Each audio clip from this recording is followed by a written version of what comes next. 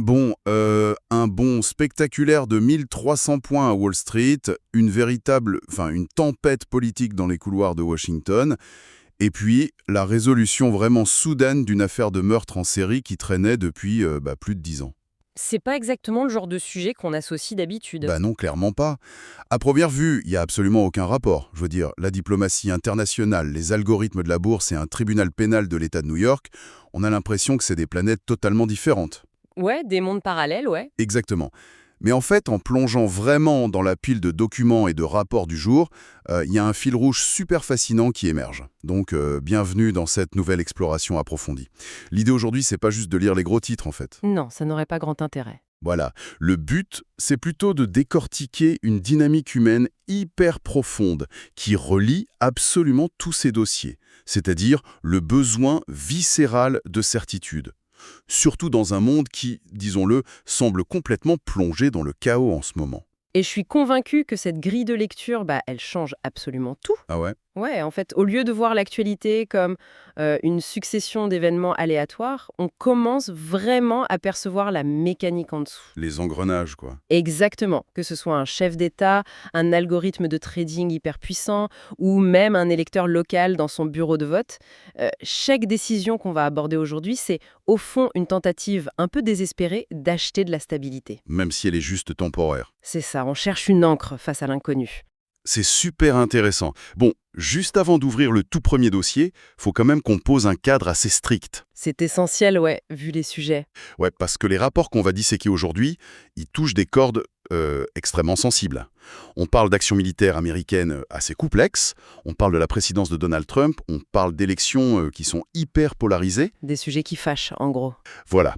Du coup, l'analyse de ces événements, elle exige une froideur clinique. Faut vraiment qu'on soit clair là-dessus. C'est une lecture strictement factuelle des documents, sans aucune coloration partisane, ni de gauche ni de droite. Et c'est la seule méthode valable, en fait. Bah oui, parce que l'intérêt d'étudier tout ça, avec une neutralité vraiment absolue, c'est de pouvoir démonter le moteur de l'actualité, comprendre comment ça fonctionne réellement, indépendamment des passions politiques. Ouais, parce qu'en politique étrangère, tout comme en finance d'ailleurs, l'émotion brouille complètement les pistes. C'est clair. Si on veut comprendre pourquoi une décision qui est prise à, je sais pas, des milliers de kilomètres provoque une onde de choc immédiate sur l'économie, il faut regarder les faits de manière quasi chirurgicale. Bon, entrons justement dans le vif du sujet avec notre premier point, la macro-géopolitique. Le point de départ de cette fameuse quête de stabilité, il se trouve au Moyen-Orient. Ouais. Donc, les dossiers indiquent qu'un cessez-feu d'une durée de 2 semaines a été conclu entre les États-Unis et l'Iran. Mais les réactions, elles sont pour le moins, disons, contrastées. Très contrasté. D'un côté, on a Donald Trump qui qualifie ça de, je cite, « grand jour pour la paix mondiale ». Et les responsables américains affirment que leurs objectifs militaires initiaux sont officiellement atteints. Alors là, il faut vraiment décrypter ce que objectif atteint signifie dans le vocabulaire très spécifique de la guerre asymétrique. C'est-à-dire, Ça veut pas dire qu'ils ont gagné. pas au sens traditionnel, non. Pour les États-Unis, en fait, obtenir une pause des hostilités directes, tout en ayant fait une grosse démonstration de force, ça permet de valider une stratégie de dissuasion à très court terme. Donc, on met la situation sur pause. C'est exactement ça, on impose un arrêt sur image. Et c'est là que la documentation est hyper claire, la stratégie iranienne opère sur une toute autre temporalité. Ils voient plus loin. Ouais, ils parlent pas seulement de 2 semaines, ils ont presque immédiatement avancé une proposition de cadre en 10 points pour de futures négociations. Ah ouais, donc le contraste, il est quand même assez frappant entre d'un côté une petite trêve de 14 jours et de l'autre un plan structuré sur le long terme. Complètement. Mais sur le terrain, parce que c'est ça qui compte aussi, c'est une toute autre réalité. Quand on lit les rapports, ils décrivent une situation qui est extrêmement confuse. Le papier, c'est une chose, le terrain, c'est autre chose. Voilà. Par exemple, l'une des clauses vraiment critiques de ce cessez-le-feu, ça concerne la réouverture du détroit d'Ormuz. Qui est crucial. Vital même. C'est une artère absolue pour l'économie mondiale et pour le transport du pétrole. Pourtant, on lit que les perturbations maritimes, elles continuent. Ouais, c'est pas magique en fait. Exactement. Il y a des attaques qui sont signalées de manière un peu éparse dans le Golfe, y compris très très près de certaines installations pétrolières. Et pire encore, alors qu'Israël soutient officiellement cette fameuse trêve américano-iranienne, Il y a un paradoxe massif là. ouais, on constate simultanément le lancement de la plus grande vague de frappes israéliennes contre le Hezbollah au Liban depuis le début de la crise. Et ça, en fait, c'est vraiment le fonctionnement classique et malheureusement tragique d'un conflit par procuration. C'est-à-dire que la guerre se déplace. Exactement. L'arrêt des affrontements directs entre deux nations souveraines, ça signifie pas du tout l'évaporation de la violence. Elle va juste ailleurs. Elle est redirigée, ouais. L'Iran, c'est le soutien historique du Hezbollah. Donc un apaisement direct avec Washington, ça donne, disons, une fenêtre de tir à d'autres acteurs régionaux. Comme Israël, du coup. Voilà. Ça leur permet d'intensifier la pression sur des fronts qu'on pourrait dire secondaires, sans risquer d'impliquer directement l'armée américaine. C'est un peu comme, enfin, je sais pas, boucher la cheminée principale d'un volcan. L'analogie est parfaite. Ouais, la pression magmatique, elle disparaît pas par magie. Elle fracture simplement la roche à côté pour créer une nouvelle éruption sur un autre versant. Et ici, c'est le Liban. C'est tout à fait ça. Du coup, avec ces attaques périphériques qui s'intensifient, la notion même de paix mondiale qui est claironnée dans les communiqués, ça semble quand même relever davantage de la com, quoi. Oui, de l'exercice de relations publiques. C'est pour ça que le terme de paix, il est vraiment inadapté ici. Il s'agit d'une désescalade tactique. On s'achète du temps, en gros. Voilà, les belligérants s'achètent du temps. On gèle le front principal pour éviter que tout s'embrase, mais la tectonique des plaques géopolitiques, elle continue de frotter super violemment juste en dessous. Et alors c'est là que cette espèce d'onde de choc géopolitique, elle percute le monde financier, mais avec une force inouïe. Ah la réaction a été instantanée. C'est un truc de fou. Pendant que le Moyen-Orient est en train de réorganiser ses lignes de front, Wall Street a littéralement sablé le champagne. Des chiffres sont vertigineux. On parle d'un bond historique, ouais. Voilà, les contrats à terme du Dow Jones ont bondi de 1300 points presque instantanément après l'annonce du cessez-le-feu. Et en parallèle, les prix du pétrole, eux, ils ont chuté lourdement. Parce que le marché anticipe la fin des problèmes d'approvisionnement via Hormuz. Ouais, mais honnêtement, j'ai beaucoup de mal à comprendre la rationalité de tout ça. Enfin, comment le système financier peut s'emballer autant avec un bond de 1300 points juste pour une trêve de 14 jours? C'est contre-intuitif. Bah oui, 14 jours. C'est à peine le temps pour un énorme supertanker de faire un aller-retour dans le détroit. Et l'explication, en fait, elle se trouve dans les rouages même du trading moderne. C'est-à-dire que une immense majorité de ces transactions, elles sont absolument pas décidées par des humains. Ah, c'est des machines. Ouais, on parle pas d'humains qui s'assoient et qui pèsent la durabilité philosophique d'un accord de paix. Ces ordres, ils sont exécutés en quelques millisecondes par des algorithmes de trading à très haute fréquence. D'accord. Et ces programmes, ils sont littéralement configurés pour scanner en permanence les flux d'informations mondiaux à la recherche de mots-clés spécifiques. Donc, si je comprends bien, la machine lit Détroit d'Ormuz ouvert ou cessez-le-feu et paf, elle achète massivement sans même chercher à comprendre le contexte régional. C'est exactement la mécanique qui est à l'œuvre. Le marché ne célèbre absolument pas la paix en soi. Il évalue de manière purement mathématique ce qu'on appelle la prime de risque. C'est quoi ça, la prime de risque? Eh bien, avant cette annonce, la probabilité d'un blocage total du pétrole mondial, elle était intégrée dans chaque prix. Ça créait une angoisse logistique massive qui plombait les actions. D'accord, donc les prix étaient bas à cause de la peur. Voilà. Et dès que le risque de rupture d'approvisionnement immédiat est levé, même si c'est pour une durée complètement dérisoire de 2 semaines, l'algorithme annule cette prime. Ce bond de 1300 points, c'est pas un élan d'optimisme, c'est juste l'évaporation instantanée de la terreur logistique. Mais le décalage cognitif est absurde, hein. Je veux dire, d'un côté de la planète, on a des algorithmes qui s'échangent des milliards dans l'allégresse parce que le petit voyant de risque est passé au vert. Ouais, Et de l'autre côté, on a des vrais marins qui naviguent dans un détroit où, d'après nos propres documents, des attaques sporadiques continuent de frapper près des terminaux Kezo. Le marché, en fait, il achète littéralement une illusion stabilité. mais c'est cette recherche frénétique, un peu aveugle de certitude, qui définit totalement les marchés. 14 jours de visibilité logistique, c'est tout ce dont le capitalisme à court terme a besoin pour relancer la machine. Et engranger des profits rapides. C'est du pragmatisme absolu, ouais. Totalement déconnecté de la durabilité réelle de la diplomatie. Bon, et ce pragmatisme un peu brut, il contraste vraiment violemment avec ce qui se passe dans les couloirs du pouvoir américain. Oh, là, c'est une autre ambiance. Ah oui, parce que si la finance respire un grand coup, Washington suffoque. Les rapports montrent que ce cessez-le-feu, loin de pacifier la scène politique intérieure, il a déclenché une véritable guerre de tranchées. Les couteaux sont tirés. Voilà. Les législateurs démocrates du Congrès montent au créneau. Ils exigent des enquêtes super approfondies sur les actions de l'administration Trump pendant la crise. Ouais, sur la méthode utilisée. Exactement. Ils pointent spécifiquement du doigt une rhétorique qu'ils jugent incendiaire et surtout des menaces ouvertes de cibler des infrastructures civiles, voire culturelles. Ce qui est extrêmement lourd de sens en droit international. Complètement. Et le truc, c'est que c'est pas juste une question d'opposition partisane habituelle. Les documents qu'on a soulignent que même des élus républicains commencent à exprimer de très sérieuses inquiétudes quant aux risques extrêmes qui ont été pris. Et en fait, ce à quoi on assiste ici, c'est l'effondrement d'une très vieille règle de la politique américaine. Laquelle? Celle qui disait que, en gros, la politique s'arrête au bord de l'eau. Ah oui, l'idée que face aux crises internationales, tout le monde est uni. C'est ça. Le pays doit faire bloc. C'est ce qu'on appelle l'effet de ralliement en sciences politiques.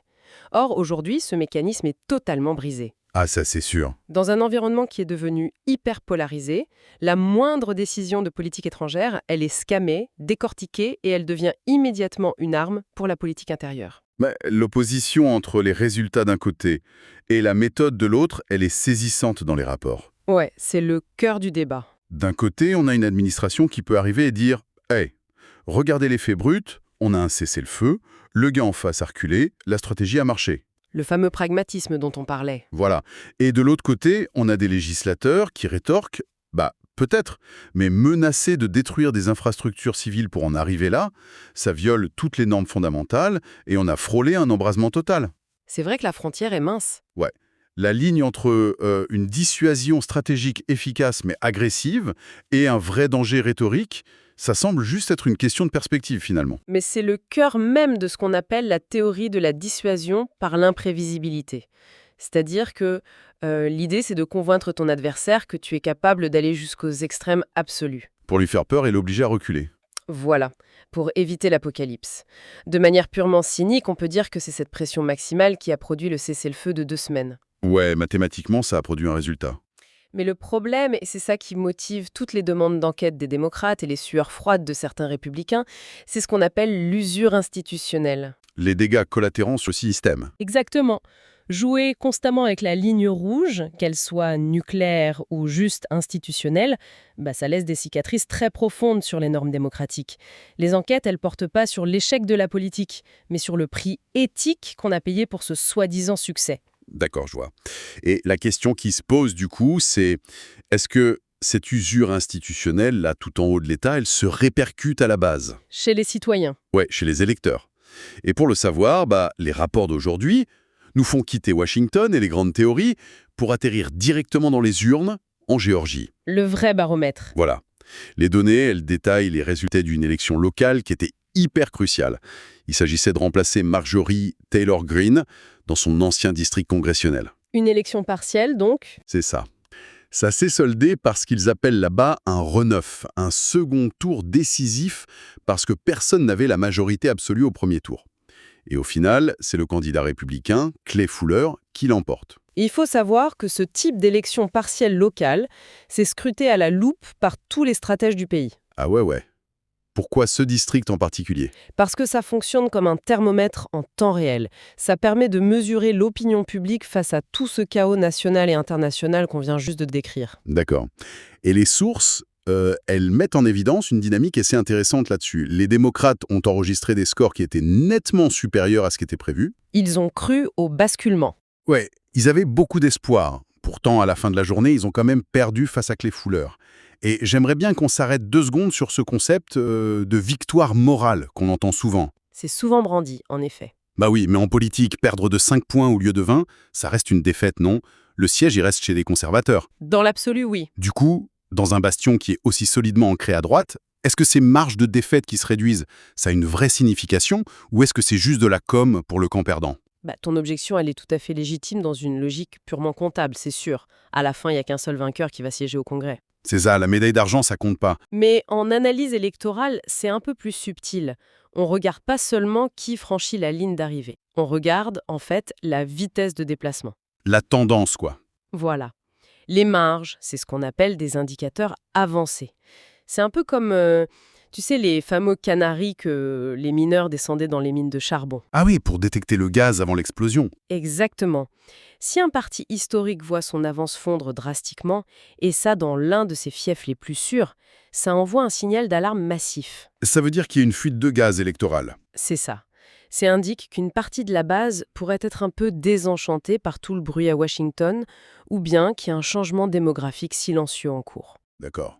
Mais le signal d'alarme est là, certes, mais le barrage a tenu quand même. La victoire de ce clé-fouleur, ça prouve que, malgré les secousses géopolitiques, malgré les démocrates qui demandent des enquêtes, La base reste la base. ouais, la base électorale de ce district, elle a préféré la continuité. Face à l'incertitude globale, les électeurs, ils ont fait bloc autour d'un socle idéologique familier. Et on y revient, c'est exactement notre thématique centrale, la recherche de certitude.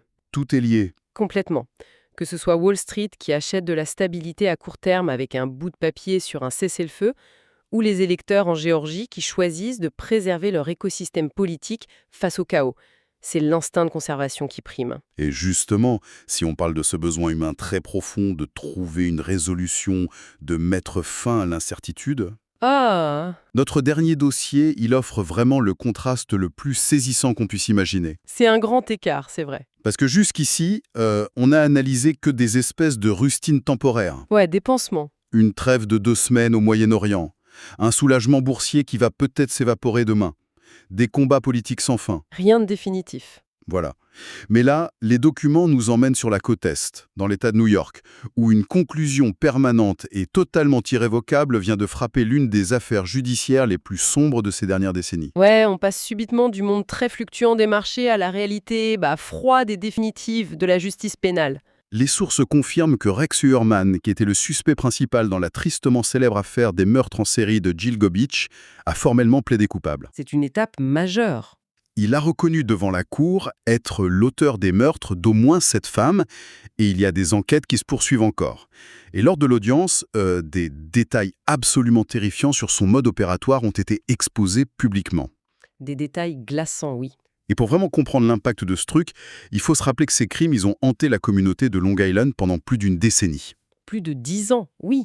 Les familles des victimes, elles ont vécu dans une espèce de brouillard de douleur, sans aucune réponse pendant un temps infini. Et la documentation, elle décrit ce plaidoyer de culpabilité comme une étape atrocement douloureuse, mais vitale pour tourner la page. C'est indispensable. Sur le plan psychologique, c'est ce qu'on nomme le besoin viscéral de clôture. De résolution. Exactement. L'esprit humain y tolère extrêmement mal l'ambiguïté. Et c'est encore pire quand ça touche à la perte, à la mort et à la violence. L'absence de réponse, l'absence de coupable, ça agit vraiment comme une blessure béante qui ne se referme jamais. Mais ce qui me fascine là-dedans, c'est l'échelle de temps. C'est-à-dire? L'écart entre les différents dossiers qu'on a vus aujourd'hui, il est juste vertigineux. D'un côté, on voit que la géopolitique mondiale et des milliards de dollars, ça bascule sur des simples promesses de 14 jours. L'économie, elle carbure à l'instantané. C'est le temps des algorithmes. Voilà. Et de l'autre côté, pour obtenir une vraie vérité, une certitude inébranlable dans la justice humaine, il aura fallu attendre plus de 10 ans. Le contraste, il est abyssal. Ouais, c'est vrai que mis en perspective, c'est frappant. Même si elle est horrible à entendre, ça montre à quel point l'incertitude, à long terme, c'est totalement insoutenable. Et c'est vraiment le point de convergence de absolument toutes les informations qu'on a décortiquées depuis le début. Tout se rejoint finalement. En fait, l'investisseur new-yorkais qui voit son écran virer au vert, l'électeur de Géorgie qui vote pour le candidat qui le rassure, et la famille de Long Island qui entend enfin le mot coupable prononcé dans un tribunal. Ils partagent la même impulsion. Exactement. C'est l'être humain qui tente d'imposer un cadre rigide, une ligne claire, face à un environnement qui menace sans arrêt de sombrer dans l'imprévisibilité. Écoutez, observer la mécanique de ces événements, ça permet d'élever un peu son niveau de compréhension, bien au-delà de la simple lecture des gros titres. C'est le but, ouais. On a vu comment un monde sous tension, il s'accroche à des bouées de sauvetage. La diplomatie brandit un